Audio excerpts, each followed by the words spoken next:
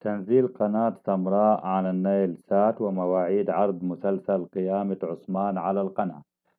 أهلا بكم متابعين قناة تي في. النهاردة معانا تردد قناة سمراء على النيل سات. القناة موجودة على النيل سات وتعمل بتقنية الاس دي، يعني تقدر تنزل القناة على أي ريسيفر موجود عندك. وكمان القناة تعرض المسلسل الشهير قيامة عثمان في تمام الساعة 11 مساء بتوقيت السعودية، 10 بتوقيت مصر. يلا بينا نبدأ تنزيل القناة. من الريموت كنترول هتضغط زر القائمة الرئيسية منيو، هتقلب يمين وشمال في القائمة أو لفوق لتحت لحد ما تجيب أمر التركيب أو أمر التكوين أو أمر البرمجة. الكلام ده على حسب البرمجة والسوفت الخاص بالرسيفر بتاعك. تضغط على أمر التركيب، تكتب الرقم السري لو في رقم سري. هتنزل على حاجة اسمها قائمة الترددات. أول ما تخش على قائمة الترددات هتلاقيها معاك بالشكل ده، اسم القمر من فوق نايل سات، ومن تحت الترددات الخاصة بالقمر. من تحت خالص في القائمة هتلاقي 4 أوامر: إضافة، تحرير، شطب، بحث. دي الأوامر اللي أنت هتشتغل بيها. الأوامر دي بتختلف من ريسيفر للتاني، بتكون على حسب البرمجة والسوفت الخاص بالريسيفر. بمعنى إنه زر الإضافة عند اللون الأحمر أنت ممكن تلاقيه الأخضر أو الأصفر، عادي مفيش أي مشاكل. المهم تضغط على زر الإضافة، هتظهر معاك قائمة إضافة التردد بالشكل دي. أول حاجة في القائمة دي هتروح على التردد وتكتب معايا التردد دي 12604. نكتب مع بعض التردد 12604. تنزل على معدل الترميز 27500.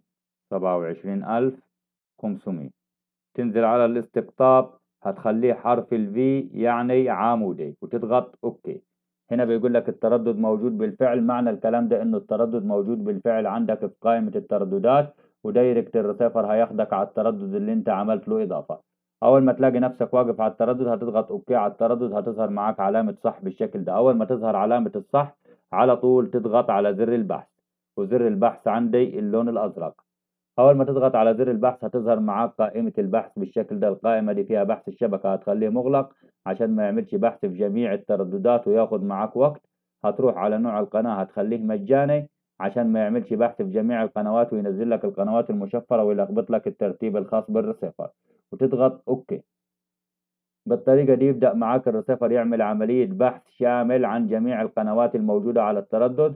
أول ما يخلص الريسيفر بحث هيقول لك حفظ نتيجة البحث، هتنزل على كلمة نعم وتضغط أوكي. كده احنا عملنا إضافة للتردد وعملنا تنزيل لجميع القنوات الموجودة على التردد. ندور مع بعض على القناة، قناة سمراء تي في. هذه القناة موجودة على النيل سات على تردد 12604 على 27500 حرف الفي، وادي المسلسل شغال بدون أي مشاكل.